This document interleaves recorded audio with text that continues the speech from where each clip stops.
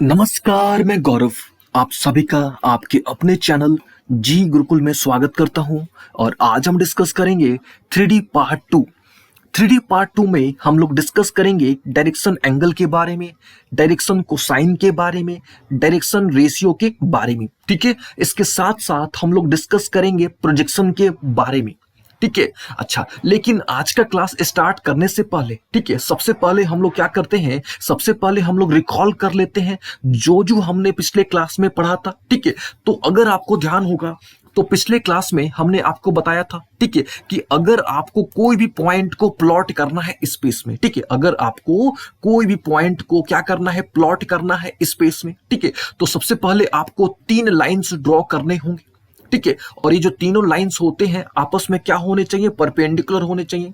ठीक है, और ये एक कॉमन पॉइंट से पास होने चाहिए, है ना। और ये जो कॉमन पॉइंट है वो कौन सा कॉमन पॉइंट है, दैट इज ऑरिजिन। ठीक है, वो जो कॉमन पॉइंट है that common point is called what, origin. ठीक है, तो ये हो गया ऑरिजिन। और इस पॉइंट पी को हमने क्या किया, प्लॉट किया। कहां पे प्लॉट किया, तो स्पेस में प्लॉट कर दिया। ठीक है, अच्छा, ये जो पॉइंट पी है इसका कोऑर्डिनेट क्या है, तो भैया X comma Y comma Z, ये क्या हो गया, इसका कोऑर्डिनेट हो गया। ठीक है, यहां तक क्लियर। फिर से हमने क्या किया, हमने एक पॉइंट पी को प्लॉट किया। कहां पे प्लॉट किया, स्पेस में प्लॉट किया। ठीक है, अच्छा, यहां तक क्लियर हो गया। अब देखिए, अब हमने क्या करना है, हमने ओ को और पी को ज्वाइन कर देना है। ठीक है, हमने इन दोनों पॉइंट्स को, यहाँ पे ओ क्या है, ऑरिजिन है, और यहाँ पे पी क्या है, तो पी जो हमने पॉइंट्स लिया, ठीक है, तो हमने क्या करना है, सिंपली हमने इन दोनों को ज्वाइन कर देना है। ठीक है, तो यहाँ पे क्या करोगे आप, तो यहाँ पे सिंपली ज्वाइन ओपी। ठीक है, हमने यहाँ पे क्या किया, ओपी को सिंपली ज्वाइन कर दिया। ठीक है, अच्छा, अब देखिए ध्यान से, अगर आप ध्यान से देखो तो ओपी का जो डायरेक्शन है वो ओ से पी की तरफ है ना। ओपी का जो डायरेक्शन है वो ओ से किधर, पी की तरफ है। तो हम लोग बोल सकते हैं क्या कि ये जो ओपी है आपका, ठीक है, ये किस तरह का लाइन है, तो ओपी जो है आपका एक डायरेक्टेड लाइन है ना। ओपी जो है एक कौन सा लाइन है, डायरेक्टेड लाइन है। अच्छा, डायरेक्टेड लाइन के साथ साथ, ठीक है, यानी ओपी एक डायरेक्टेड लाइन है, यानी इसके पास डायरेक्शन है। डायरेक्शन कहां से कहां तक का है, ओ से पी तक का है। ठीक है, अच्छा, डायरेक्शन के साथ साथ इसका मैग्नीट्यूड भी है ना, इसका क्या है, मैग्नीट्यूड भी है। तो हम लोग बोल सकते हैं कि ये जो लाइन है आपका ओपी, है ना, इसके पास डायरेक्शन भी है एंड डायरेक्शन के साथ साथ इसके पास मैग्नीट्यूड भी है। ठीक है, तो हम लोग बोल सकते हैं क्या कि ये जो ओपी है आपका, ठीक है, ये जो ओपी लाइन है ये क्या है भैया, एक वेक्टर है। ठीक है, और ये कौन सा वेक्टर है, तो हम लोग बोल सकते हैं कि ये जो ओपी है आपका एक पोजीशन वेक्टर है। ठीक है, ओपी जो है आपका कौन सा वेक्टर है, तो ये ओपी जो है आपका एक पोजीशन वेक्टर है। ठीक है, यहां तक क्लियर हो गया ना। अच्छा, ये जो ओपी पोजीशन वेक्टर है, ठीक है, ये जो आपका ओपी पोजीशन वेक्टर है, ठीक है, इसको हम लोग, ठीक है, इसको हम लोग कंपोनेंट फॉर्म पे कैसे लिख सकते हैं, तो इसको हम लोग लिख सकते हैं x I cap plus Y J cap plus Z के कैप। ठीक है, ये सब हमने आपको अच्छे तरीके से वेक्टर में बता दिया है। ठीक है, तो सबसे पहले आपने वेक्टर कवर कर लेना अच्छे तरीके से। ठीक है, तभी आपको बेहतर तरीके से आपको 3D समझ आएगा। ठीक है, तो यहाँ पे ओपी कौन सा वेक्टर हो गया, तो ओपी यहाँ पे पोजीशन वेक्टर हो गया। ठीक है, और यहाँ पे हमने क्या कर दिया, ओपी को हमने यहाँ पे कंपोनेंट फॉर्म पे लिख दिया। ठीक है, अच्छा, ओपी का जो मैग्नीट्यूड होगा, है ना, ओपी का जो मैग्नीट्यूड होगा वो क्या होगा, तो वो होगा that is under root X square plus Y square plus क्या होगा, तो जेड स्क्वायर। ठीक है, यहां तक एकदम क्लियर है ना। अच्छा, अब देखिए ध्यान से, अब ये जो ओपी है आपका, ठीक है, ओपी यानी कौन सा वेक्टर, पोजीशन वेक्टर। तो ये जो ओपी है एक्स एक्सिस के साथ, ध्यान से सुनिएगा, ध्यान से समझिएगा, ये जो ओपी है एक्स एक्सिस के साथ एक एंगल बना रहा है। कौन सा एंगल बना रहा है, यानी ये जो ओपी है, ठीक है, ओपी जो है किसके साथ, एक्स एक्सिस के साथ एक एंगल बना रहा है। कौन सा एंगल बना रहा है, अल्फा। ठीक है, अल्फा बना रहा है। ठीक है, अच्छा, ये जो ओपी है आपका, ठीक है, ये वाई एक्सिस के साथ, ठीक है, वाई एक्सिस के साथ क्या कर रहा है, एक एंगल बना रहा है। ठीक है, ये कौन सा एंगल है, तो ये एंगल है बीटा। यानी ये जो ओपी वेक्टर है, ठीक है, जो कि पोजीशन वेक्टर है, ये वाई एक्सिस के साथ एक एंगल बना रहा है, और वो कौन सा एंगल है, बीटा। ठीक है, और फिर ये एक एंगल और बना रहा है ओपी वेक्टर। ठीक है, यानी पोजीशन वेक्टर ये जेड एक्सिस के साथ भी क्या कर रहा है, ये एक एंगल बना रहा है, that is gamma, that is what, gamma. फिर से एक बार समझिएगा ध्यान से, हमने क्या किया, एक पॉइंट लिया, ठीक है, इस पॉइंट को हमने स्पेस में प्लॉट करना था। ठीक है। फिर हमने क्या कर दिया, उस पॉइंट को ओरिजिन से ज्वाइन कर दिया, ठीक है। तो ये जो ओपी था आपका क्या बन गया, पोजीशन वेक्टर बन गया, ठीक है। तो ये जो पोजीशन वेक्टर है, ठीक है, ये positive direction of x axis के साथ एंगल बना रहा है, ठीक है। कौन सा एंगल बना रहा है, तो अल्फा एंगल बना रहा है, ठीक है। ये जो पोजीशन वेक्टर ओपी है, ये positive direction of Y axis के साथ एक एंगल बना रहा है, दैट इज बीटा, ठीक है। ये जो ओपी वेक्टर है यानी जो पोजीशन वेक्टर है, ठीक है, ये क्या कर रहा है, positive direction of Z x के साथ एक एंगल बना रहा है, दैट इज गामा, ठीक है। तो ये जो ओपी वेक्टर है, ये जो पोजीशन वेक्टर है, ये जो एंगल बना रहा है, अल्फा एंगल बना रहा है, बीटा एंगल बना रहा है, गामा एंगल बना रहा है, ठीक है। किसके साथ, X axis, Y axis, Z axis respectively के साथ जो एंगल बना रहा है, ठीक है। इसी एंगल्स को यानी अल्फा बीटा गामा, ये जो एंगल्स हैं, इन्हीं एंगल्स को हम लोग बोलते हैं डायरेक्शन एंगल। याद रखिएगा, ये जो एंगल्स हैं, ठीक है, यानी अल्फा बीटा गामा, ये जो एंगल्स हैं, ठीक है, इन्हीं एंगल्स को हम लोग बोलते हैं डायरेक्शन एंगल। याद रखिएगा, इन्हीं एंगल्स को हम लोग क्या बोलते हैं भैया, तो डायरेक्शन एंगल, ठीक है। यहाँ पे लिख देते हैं, ये जो एंगल्स हैं, इन एंगल्स को हम लोग क्या बोलते हैं भैया, तो डायरेक्शन एंगल, ठीक है ना। एकदम अच्छे तरीके से क्लियर हो गया ना। अच्छा, ये एंगल कौन बना रहा है, तो ये एंगल ओपी वेक्टर बना रहा है, ठीक है, ओपी वेक्टर बना रहा है।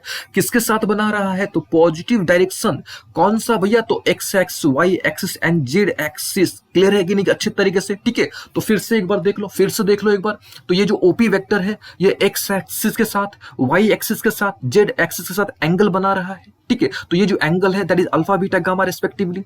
तो ये जो एंगल है, इन एंगल्स को क्या बोलेंगे भैया, बोलेंगे डायरेक्शन एंगल। क्या बोलेंगे, डायरेक्शन एंगल, ठीक है ना। अब देखो ध्यान से देखना, ठीक है। तो ये जो एंगल्स बन रहे हैं, ठीक है, ये जो एंगल्स बन रहे हैं, ठीक है, ये बेस और हाइपोटेनस के बीच में बन रहे हैं, ठीक है। ये जो एंगल बन रहे हैं, ये एंगल किसके बीच में बन रहा है, बेस और हाइपोटेनस के बीच में बन रहा है, ठीक है। अच्छा, अब ये आपको थोड़ा सा कंफ्यूजिंग लगेगा कि भैया कैसे हम मान लें कि ये जो एंगल्स बन रहे हैं, ये बेस और हाइपोटेनस के बीच में बन रहे हैं, ठीक है। तो ये देखिए, ये थोड़ा हम आपको अलग डायग्राम के थ्रू समझाने की कोशिश करते हैं, ठीक है। यहाँ पे देखिए, यहाँ पे क्या है, ये कौन सा वेक्टर हो गया, है ना, ये जो है आपका कौन सा वेक्टर, ये है आपका ओपी वेक्टर है ना। ओपी वेक्टर यानी कौन सा वेक्टर, पोजिशन वेक्टर है, ठीक है। ओपी वेक्टर यानी कौन सा वेक्टर, पोजिशन वेक्टर है, ठीक है।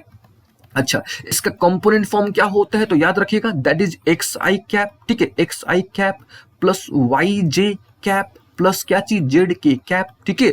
अच्छा, यहाँ पे आपको पता होना चाहिए कि भैया यहाँ पे आई कैप क्या है, जे कैप क्या है, के कैप क्या है, ठीक है। तो हमने आपको ऑलरेडी बता रखा है कि I cap is the unit vector along x axis, j cap is the unit vector along y axis and k cap is the unit vector along z axis, ठीक है। तो यहाँ पे OP वेक्टर है, कौन सा वेक्टर है, तो पोजीशन वेक्टर है, ठीक है। ये इसका कंपोनेंट फॉर्म है, ठीक है। तो देखो ध्यान से, ये एंगल बना रहा है किसके साथ, एक्स एक्सिस के साथ एंगल बना रहा है। कौन सा एंगल बना रहा है, तो अल्फा, ठीक है। तो ये देखो यहाँ पे ये क्या है, गिवन एंगल है। और आपको पता होना चाहिए कि गिवन एंगल के सामने वाला, ठीक है, ये बेसिक ट्रिग्नोमेट्रिक कॉन्सेप्ट है कि गिवन एंगल के सामने वाला हमेशा क्या होता है, परपेंडिकुलर। तो ये तो हो गया परपेंडिकुलर, है ना, ये क्या हो गया, परपेंडिकुलर। तो बचा क्या, ये बेस बचा, है ना, ये क्या बच गया, बेस बच गया। और ये क्या बच गया, आपका हाइपोटेनस बच गया। तो ये जो एंगल बन रहे हैं सारे बेस और हाइपोटेनस के बीच में बन रहे हैं, ठीक है। और आपको पता होना चाहिए और आपको पता होगा भी कि जब भी बेस और हाइपोटेनस की बात आती है तो हम लोग क्या यूज करते हैं, हम लोग कॉस का यूज करते हैं, ठीक है। तो ये जो अल्फा है ना, ये जो आपका अल्फा है, ये अल्फा क्या हो जाएगा, ये अल्फा हो जाएगा कॉस अल्फा, ठीक है। ये जो अल्फा है, ये अल्फा क्या हो जाएगा, तो ये अल्फा हो जाएगा आपका भैया कॉस अल्फा। याद रखिएगा क्या हो जाएगा भैया, कॉस व्हाट, अल्फा, ठीक है ना। ये जो अल्फा है, ये अल्फा क्या हो जाएगा, कॉस अल्फा हो जाएगा, ठीक है, ठीक है। सिमिलरली ये जो कॉस, ये जो आपका बीटा था वो क्या हो जाएगा, कॉस बीटा हो जाएगा, ठीक है। जो गामा है वो क्या हो जाएगा, आपका कॉस गामा हो जाएगा, ठीक है। यहां तक एकदम क्लियर हो गया ना। फिर से एक बार देख लो, फिर से एक बार, कि अभी तक हमने क्या जाना कि भैया अल्फा बीटा गामा जाना, कि भैया अल्फा बीटा गामा क्या होता है, ठीक है। Alpha beta gamma direction angles होते हैं, ठीक है। लेकिन यहाँ पे हमने देखा कि ये जो एंगल्स बन रहे हैं, ये बेस और हाइपोटेनस के बीच में बन रहे हैं, ठीक है। ये जो एंगल्स बन रहे हैं, ये बेस और हाइपोटेनस के बीच में बन रहे हैं, ठीक है। अच्छा, और जब भी बेस और हाइपोटेनस की बात आती है तो हम लोग क्या यूज करते हैं, हम लोग कॉस का यूज करते हैं, ठीक है। दैट इज वाई हम लोग अल्फा बीटा गामा ना बोल के हम लोग क्या बोलेंगे, हम लोग बोलेंगे कॉस अल्फा, हम लोग बोलेंगे कॉस बीटा, हम लोग क्या बोलेंगे, कॉस गामा बोलेंगे, ठीक है ना। Cos alpha, cos beta, cos gamma बोलेंगे, ठीक है ना। एकदम क्लियर है ना। अच्छा, तो ये जो कॉस अल्फा हुआ, कॉस बीटा हुआ, ठीक है, ये जो आपका कॉस अल्फा हुआ, कॉस बीटा हुआ, ये जो कॉस गामा हुआ, ठीक है, क्योंकि इसमें कॉस लग गया तो ठीक है, तब हम लोग उसको बोलेंगे कि भैया ये डायरेक्शन कोसाइन हो गया। ये क्या हो गया? डायरेक्शन कोसाइन हो गया। ठीक है, इसका डायरेक्शन कोसाइन हो गया तो ये ओपी वेक्टर का, यानी ये जो पोजीशन वेक्टर था, ठीक है, ये जो पोजीशन वेक्टर था इसका डायरेक्शन कोसाइन हो गया। ठीक है, इसका डायरेक्शन क्या हो गया? कोसाइन हो गया। ठीक है, तो याद रखिएगा अल्फा बीटा गामा क्या है? तो डायरेक्शन एंगल है। अल्फा बीटा गामा क्या है? तो डायरेक्शन एंगल है। और यहाँ पे हमने अल्फा बीटा गामा के साथ हमने क्या लगा दिया? कॉस लगा दिया। क्यों कॉस लगा दिया? क्योंकि बी और एच के बीच में एंगल बन रहा था, और जब भी बी और एच की बीच की बात आएगी तो हम लोग कॉस लगाएंगे। तो यहाँ पे क्या हो गया? Cos alpha cos beta cos gamma. पहले अल्फा बीटा गामा था, लेकिन अब क्या हो गया? Cos alpha cos beta cos gamma हो गया। ठीक है, तो ये जो cos alpha cos beta cos gamma है, ठीक है, इनको हम लोग बोलते हैं डायरेक्शन कोसाइन। क्या बोलते हैं? तो डायरेक्शन कोसाइन। याद रखिएगा क्या बोलते हैं भैया? तो इनको बोलते हैं डायरेक्शन कोसाइन। ठीक है, क्या बोलते हैं? Direction cosine. ठीक है, अच्छा, डायरेक्शन कोसाइन को हम लोग किससे रिप्रेजेंट करते हैं? तो l m n respectively, l m n से रिप्रेजेंट करते हैं, डिनोट करते हैं। ठीक है, डायरेक्शन कोसाइन को किससे डिनोट करते हैं? तो एल एम एन से क्या करते हैं? डिनोट करते हैं। ठीक है, यहां पे देखिए, कॉस अल्फा को किससे डिनोट करेंगे? तो एल से। कॉस बीटा को किससे डिनोट करेंगे? तो एम से। कॉस गामा को किससे डिनोट करेंगे? तो एन से। ठीक है, तो याद रखना है आपको कि भैया एल यानी कॉस अल्फा, एल यानी कॉस अल्फा, एम यानी कॉस बीटा, एन यानी क्या चीज? Cos gamma. ठीक है, एन यानी क्या? Cos gamma. ठीक है, अच्छा, और ये जो एंगल्स है अल्फा बीटा गामा, इनको क्या बोलेंगे? इनको बोलेंगे डायरेक्शन एंगल। ठीक है, और ये जो एल एम एन है, एल एम एन है, ठीक है, इनको क्या बोलेंगे? यानी एल एम एन को क्या बोलेंगे? तो एल एम एन को बोलेंगे डायरेक्शन कोसाइन। याद रखिएगा एल एम एन को क्या बोलेंगे भैया? तो एल एम एन को बोलेंगे direction cosine. Alpha beta gamma क्या है? तो अल्फा बीटा गामा है डायरेक्शन एंगल। ठीक है ना, अल्फा बीटा गामा क्या है? तो यहाँ पे अल्फा बीटा गामा है आपका डायरेक्शन वोट एंगल। ठीक है, तो उम्मीद है आपको यहां तक अच्छे तरीके से समझ आ गया होगा। ठीक है ना, अच्छा, अब देखिए, अब हमको क्या समझना है? अब हमको देखना है कि भैया एल एम एन में क्या रिलेशन है। ठीक है, अब हमको देखना है, समझना है कि एल एम एन में क्या रिलेशन है। ठीक है, हमने अल्फा बीटा गामा समझ लिया, हमने एल एम एन भी समझ लिया। ठीक है, अब देखना है कि भैया ये जो डायरेक्शन कोसाइन है, ठीक है, यानी एल एम एन जो है, इनमें क्या रिलेशन है। ठीक है, तो देखिए एल का मतलब तो हमने समझ लिया कि भैया कॉस अल्फा है ना, कॉस अल्फा। अच्छा, कॉस अल्फा यानी बी बाई एच है ना, कॉस अल्फा यानी क्या चीज? B by h. ठीक है, कॉस अल्फा यानी क्या चीज? B by h. ठीक है, तो यहाँ पे हो गया आपका बी, बी क्या है? एक्स है। ठीक है, और एच क्या है? तो एच यानी ये आपका पोजिशन वेक्टर यानी ओपी है ना। तो यहाँ पे क्या निकल गया? कॉस अल्फा इक्वल टू क्या निकल गया? X by OP. यहाँ पे कॉस अल्फा कितना निकल गया? एक्स बाई ओपी निकल गया। ठीक है, आई बात ना समझ नहीं आई तो फिर सुनिए ध्यान से। कॉस अल्फा तो कॉस थीटा इक्वल टू क्या होता है? बी बाई एच होता है, आपने पढ़ा होगा। ठीक है, तो ये क्या हो गया आपका? ये हो गया आपका बेस। ठीक है, यानी एक्स हो गया। अच्छा, ये जो हाइपोटेनस है, ये जो हाइपोटेनस है वो क्या है? पोजिशन वेक्टर है, यानी ओपी, यानी कॉस अल्फा इक्वल टू क्या निकल गया? X by OP. ठीक है, तो सिमिलरली आप यहाँ पे लिख सकते हो cos alpha equal to x by OP, cos beta equal to y by OP, cos gamma equal to क्या चीज? Z by OP. ठीक है, हमने करना क्या है? हमने रिलेशनशिप एस्टैब्लिश करना है। किसके किसके बीच में? हमने एल एम एन के बीच में हमने रिलेशनशिप एस्टैब्लिश करना है। ठीक है, और यहाँ पे हमने ये देख लिया कि भैया एल यानी कॉस अल्फा, एल यानी कॉस अल्फा, और cos alpha equal to x by OP है ना। एम यानी कॉस बीटा, और ठीक है, एम यानी क्या? कॉस बीटा, और एम जो है किसके बराबर है? वाई बाई ओपी के बराबर है। एन यानी कॉस गामा, एन यानी क्या? कॉस गामा, और कॉस गामा जो है वो किसके बराबर है? तो जेड बाई ओपी के बराबर है। ठीक है, हमारा टारगेट क्या है कि भैया हमने एल एम एन में रिलेशनशिप एस्टैब्लिश करना है। ठीक है, तो देखिए याद रखिएगा, क्या याद रखिएगा कि एल एम एन में क्या रिलेशनशिप होता है? तो that is l square plus M square plus N square is equal to 1 होता है। ठीक है, l square plus M square plus N square is equal to क्या होता है? तो 1 होता है। ठीक है, अच्छा, अब बात आती है कि भैया हम क्यों मान लें, ठीक है, ये क्यों मान ले कि यही रिलेशन होता है। ठीक है, यानी इसका डेरिवेशन हमने करना चाहिए। ठीक है, तो चलिए इसका डेरिवेशन करते हैं। ठीक है, तो किसका डेरिवेशन करते हैं? तो हमको प्रूफ करना है कि भैया l square plus M square plus N square equal to क्या होता है? 1 होता है।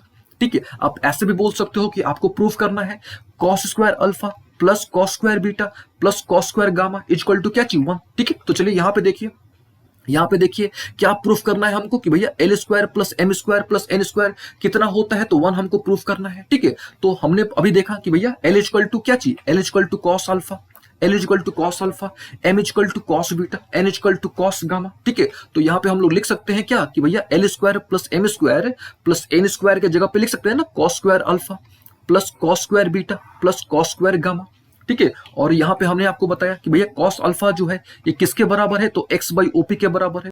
कॉस बीटा किसके बराबर है, तो वाई बाई ओपी के बराबर है। कॉस गामा किसके बराबर है, तो जेड बाई ओपी के बराबर है ना। तो यहाँ पे हम लोग लिख सकते हैं कि नहीं, यहाँ पे हम लोग क्या लिख सकते हैं, लिख सकते हैं भैया एक्स बाई ओपी का स्क्वायर, है ना, एक्स बाई ओपी का स्क्वायर, ठीक है। फिर क्या लिख सकते हैं, वाई बाई ओपी का स्क्वायर, है कि नहीं। फिर हम लोग लिख सकते हैं क्या चीज, जेड बाई ओपी का स्क्वायर, है ना। यहां तक क्लियर हो गया ना अच्छे तरीके से। अब देखो, अब यहाँ पे आप क्या करोगे, ओपी यहाँ पे एलसीएम ले लोगे, है ना। यहाँ पे आप क्या करोगे, ओपी का एलसीएम लोगे। अच्छा, जब ओपी एलसीएम लोगे तो ऊपर में क्या बच गया, x square plus Y square plus z square, ठीक है। तो यहाँ पे हो गया, क्या बच गया कि भैया ऊपर में क्या बच गया, x square plus Y square plus z square बच गया, ठीक है। अच्छा, ओपी, ठीक है, ओपी यहाँ पे कौन सा वेक्टर था, तो ओपी यहाँ पे पोजीशन वेक्टर था, ठीक है। और ओपी इक्वल टू हमने आपको बताया कि भैया ओपी यानी पोजीशन वेक्टर, इसका कंपोनेंट फॉर्म क्या होता है, तो that is X I cap plus Y J cap plus क्या चीज, जेड के कैप, ठीक है। अच्छा, इसका अगर आप मैग्नीट्यूड निकालोगे, ठीक है, अगर इसका आप क्या करोगे, मैग्नीट्यूड निकालोगे तो क्या होता है, तो एक्स स्क्वायर होता है plus Y square plus z square under root होता है, ठीक है। अच्छा, यहाँ पे क्या डिमांड है, तो यहाँ पे स्क्वायर करना है आपको। तो ऑब्वियस है कि जब आप ओपी का स्क्वायर करोगे तो स्क्वायर, ये जो रूट है रूट हट जाएगा, तो क्या बचेगा, बच जाएगा आपका x square plus Y square plus z square, और ये दोनों कैंसिल हो जाएगा, तो यहाँ पे क्या आ जाएगा, 1। तो याद रखना है आपको कि भैया एल एम एन में क्या रिलेशन है, तो that is l square plus M square plus N square equal to 1। फिर से एल एम एन में क्या रिलेशन है, तो ठीक है, एल एम एन में क्या रिलेशन है, तो l square plus M square plus N square equal to 1, ठीक है। एल एम एन होता क्या है, तो याद रखिएगा एल एम एन को बोलते हैं direction cosine, l m n को क्या बोलते हैं, direction cosine. Alpha beta gamma क्या है, तो डायरेक्शन एंगल, ठीक है। एकदम क्लियर हो गया ना अच्छे तरीके से। एल इक्वल टू होता क्या है, cos alpha, l equal to क्या होता है, cos alpha, m equal to क्या होता है, cos beta, n equal to क्या होता है, कॉस गामा, ठीक है। तीनों में क्या रिलेशन होता है, यहां तक उम्मीद है आपको अच्छे तरीके से सारी बातें समझ आ गई होंगी। ये रिलेशन याद रखिएगा, L square plus M square plus N square equal to 1, या आप ऐसे याद कर लो, cos square alpha plus cos square beta plus cos square gamma equal to 1, ठीक है। और यहाँ पे जो ओपी था, ठीक है, यहाँ पे जो ओपी था वो कौन सा वेक्टर था, तो पोजीशन वेक्टर था। और ये पोजीशन वेक्टर का कौन सा फॉर्म है, तो ये कंपोनेंट फॉर्म, याद रखिएगा कौन सा फॉर्म है, तो ये कंपोनेंट फॉर्म है, ठीक है। और ये सब हमने कंपोनेंट फॉर्म हमने आपको अच्छी तरीके से वेक्टर में बता रखा है, ठीक है। चलिए, यहां तक क्लियर हो गया ना अच्छे तरीके से, ठीक है। और ये रिलेशनशिप तो आपको याद रखना ही रखना है, ठीक है। चलिए, यहां तक क्लियर हो गया। अच्छा, अब बात आती है क्या, अब बात आती है कि भैया लाइन का तो डायरेक्शन कोसाइन हमने निकाल लिया, यानी ये जो पोजीशन वेक्टर था, नॉट लाइन, यहां पे आप बोलो कि ये जो पोजीशन वेक्टर था, ठीक है, ये जो आपका ओपी, ठीक है, ये जो ओपी लाइन था, लाइन बोलो या डायरेक्टेड लाइन बोलो या पोजीशन वेक्टर, जो बोलना है बोलो, सब एक ही चीज है, ठीक है। तो यहाँ पे जो ओपी आपका जो पोजीशन वेक्टर था, इसका तो हमने डायरेक्शन कोसाइन निकाल दिया, ठीक है। तो इसका डायरेक्शन कोसाइन क्या होगा, एल एम एन होगा, है ना, यानी cos alpha cos beta cos gamma, ये तो हमने निकाल दिया, ठीक है। अच्छा, अब बात आती है कि भैया एक्स एक्सिस का, क्योंकि हर एक लाइन का, सुनिएगा ध्यान से, हर एक लाइन का, ठीक है, हर एक लाइन का एक यूनिक, हर एक लाइन का एक यूनिक डायरेक्शन कोसाइन होता है, ठीक है। ये पॉइंट हमेशा याद रखिएगा, क्या होता है भैया, एवरी लाइन, है ना, हर एक लाइन का, ठीक है, हर एक लाइन का यूनिक डायरेक्शन कोसाइन होता है। Every line has unique direction cosine, हर एक लाइन का एक यूनिक क्या होता है, तो डायरेक्शन कोसाइन होता है, ठीक है। क्योंकि खुद सोचो आप, हर एक लाइन जो है, ठीक है, हर एक लाइन जो है वो क्या करेगा, एक सर्टेन एंगल बनाएगा, किसके साथ, एक्स एक्सिस के साथ, वाई एक्सिस के साथ और जेड एक्सिस के साथ। तो हम लोग बोल सकते हैं कि भैया हर एक लाइन का एक यूनिक क्या होता है, तो डायरेक्शन कोसाइन होता है। हर एक लाइन का एक यूनिक क्या होता है, सिंगल यानी एकदम यूनिक डायरेक्शन कोसाइन होता है, ठीक है। तो यहाँ पे तो हमने देख लिया कि भैया ये जो पोजीशन वेक्टर है ना, ये जो पोजीशन वेक्टर है, इसका डायरेक्शन कोसाइन क्या है, एल एम एन है, ठीक है, ये तो हमने देख लिया। अच्छा, अब बात आती है कि भैया यहाँ पे एक्स एक्सिस है, यहाँ पे कौन सा एक्सिस है, एक्स एक्सिस है। अच्छा, ये भी तो एक लाइन है ना, तो इसका भी क्या होना चाहिए, इसका भी डायरेक्शन कोसाइन होना चाहिए। तो भैया इसका डायरेक्शन कोसाइन क्या होगा, ठीक है। तो खुद सोचो यहाँ पे आप कि ये जो एक्स एक्सिस है, ये जो आपका एक्स एक्सिस है, ये अपने साथ कितने का एंगल बनाएगा, तो ऑब्वियस है कि भैया ये अपने साथ तो कितने डिग्री के एंगल बनाएगा, 0 डिग्री के एंगल बनाएगा, है ना। एक्स एक्सिस जो है, सुनिए ध्यान से, ठीक है, हम यहाँ पे थोड़ा इसको इरेज कर देते हैं, ठीक है, ताकि आपको हम अच्छे तरीके से समझा पाए, ठीक है। यहाँ पे देखिए, हमको करना क्या है, हमको जो है डायरेक्शन कोसाइन निकालना है, ठीक है। हमको क्या करना है, तो भैया हमको डीसी निकालना है, ठीक है। किसका निकालना है, तो डीसी हमको निकालना है एक्सिस का, ठीक है, यानी हमको एक्स एक्सिस का, वाई एक्सिस का और हमको जेड एक्सिस का क्या करना है, डायरेक्शन कोसाइन निकालना है। ठीक है, तो सबसे पहले हम लोग मान लेते हैं कि भैया सबसे पहले हमको एक्स एक्सिस एक लाइन है, मान लेते हैं कि भैया एक्स एक्सिस क्या है, एक लाइन है। ठीक है, अब ये जो लाइन है, ठीक है, ये जो लाइन है खुद के साथ, ठीक है, ये जो एक्स एक्सिस जो है ये एक लाइन है, मान लेते हैं ऐसा। ठीक है, अच्छा, तो ये जो लाइन है ये खुद के साथ कितने डिग्री के एंगल बनाएगा, ऑब्वियस है कि भैया ये 0 डिग्री के एंगल बनाएगा। अच्छा, तो अभी आपने देखा कि भैया एल इक्वल टू क्या चीज, l equal to cos alpha, यानी यहाँ पे 0 डिग्री के एंगल बन रहा है, तो कॉस 0 कितना हो गया, 1। ठीक है, अच्छा, वाई एक्सिस के साथ ये कितना डिग्री के एंगल बनाएगा, तो 90 डिग्री के एंगल बनाएगा। ठीक है, यानी एम, यानी क्या चीज, कॉस 90 है ना, यानी कितना आ गया, तो 0 आ गया। ठीक है, अच्छा, ये जो एक्स एक्सिस है, ठीक है, ठीक है, ये जो एक्स एक्सिस है ये जेड एक्सिस के साथ कितना डिग्री के एंगल बनाएगा, 90 डिग्री के एंगल बनाएगा, यानी एन। तो यहाँ पे एन जो है वो भी कितना आ गया आपका, तो एन जो आ गया वो 0 आ गया।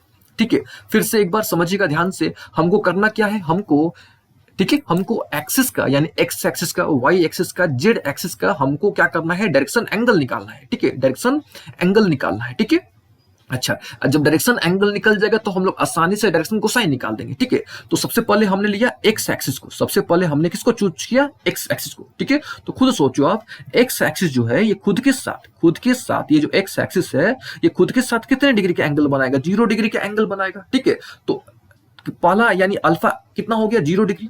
अच्छा, तो एल इक्वल टू क्या होता है, कॉस अल्फा। ठीक है, यानी अल्फा तो यहाँ पे 0 डिग्री है ना, यहाँ जो अल्फा है वो कितना डिग्री है, 0 डिग्री है। ठीक है, तो कितना निकल गया आपका, 1 निकल गया, यानी एल कितना निकल गया, 1 निकल गया। ठीक है, अच्छा, ये जो एक्स एक्सिस है, ठीक है, ये वाई एक्सिस के साथ कितना एंगल बनाएगा, तो ऑब्वियस है कि 90 डिग्री, क्योंकि हम लोग क्या जानते हैं, हम लोग जानते हैं और हमने पिछले क्लास में डिस्कस भी किया था कि अगर आपको स्पेस में किसी भी पॉइंट को लोकेट करना है तो आपको 3 लाइंस ड्रॉ करने होंगे। ठीक है, और ये जो तीनों लाइंस होते हैं आपस में परपेंडिकुलर होते हैं। ठीक है, यानी ऑब्वियस है कि एक्स एक्सिस और वाई एक्सिस के बीच में कितने डिग्री का एंगल, 90 डिग्री का एंगल। ठीक है, एक्स एक्सिस और जेड एक्सिस के बीच में कितने डिग्री के एंगल, तो ऑब्वियस है कि भैया 90 डिग्री के एंगल। ठीक है, तो ये 0 डिग्री, 90 डिग्री और 90 डिग्री, ये क्या हो गया, तो ये हो गया डायरेक्शन एंगल। ठीक है, यहाँ पे लिख देते हैं शॉर्ट में, ये कौन सा एंगल हो गया, तो ये हो गया डायरेक्शन एंगल आपका। ठीक है, और ये जो 100 निकला है ना, ये जो 100 निकला ये क्या हो गया, डायरेक्शन कोसाइन हो गया। ठीक है, ये क्या हो गया, तो ये डायरेक्शन कोसाइन हो गया। ठीक है, तो आपको याद रखना है, क्या याद रखना है भैया, कि जो एक्स एक्सिस का जो डायरेक्शन कोसाइन होगा वो क्या होगा, 100। ठीक है, अच्छा, सिमिलरली वाई एक्सिस का कितना हो जाएगा, तो याद रखिएगा 010। जेड एक्सिस का कितना हो जाएगा, तो 001। 00 क्या चीज, 1, और कैसे आएगा ये हमने आपको समझा दिया। ठीक है, तो याद रखिएगा एक्स एक्सिस जो है खुद के साथ कितने डिग्री का एंगल बनाएगा, 0 डिग्री का। वाई एक्सिस के साथ कितने डिग्री का एंगल बनाएगा, तो 90 डिग्री का। जेड एक्सिस के साथ 90 डिग्री का एंगल बनाएगा। ठीक है, दैट इज वाई यहाँ पे क्या निकल गया, 100 निकल गया। ठीक है, तो याद रखिएगा क्या भैया, कि एक्स एक्सिस का जो डायरेक्शन कोसाइन होगा वो 100 होगा। ठीक है, वाई एक्सिस का डायरेक्शन कोसाइन 010। ठीक है, जेड एक्सिस का डायरेक्शन कोसाइन क्या चीज, 001। ठीक है, तो उम्मीद है आपको एक्सिस का डायरेक्शन कोसाइन निकालने आ गया होगा। ठीक है, और ये बात हमेशा याद रखिएगा, every line has unique direction cosine, हर एक लाइन का एक यूनिक डायरेक्शन कोसाइन होता है। ठीक है, हमेशा याद रखिएगा, फिर से हर एक लाइन का एक यूनिक डायरेक्शन कोसाइन होता है। ठीक है ना, एकदम क्लियर हो गया ना अच्छे तरीके से ना। ठीक है, चलिए, जब यहां तक क्लियर हो गया ना, ठीक है, तब हम लोग बात करते हैं डायरेक्शन रेशियो की। ठीक है, जब यहां तक क्लियर हो गया अब बात करते हैं डायरेक्शन रेशियो की। ठीक है,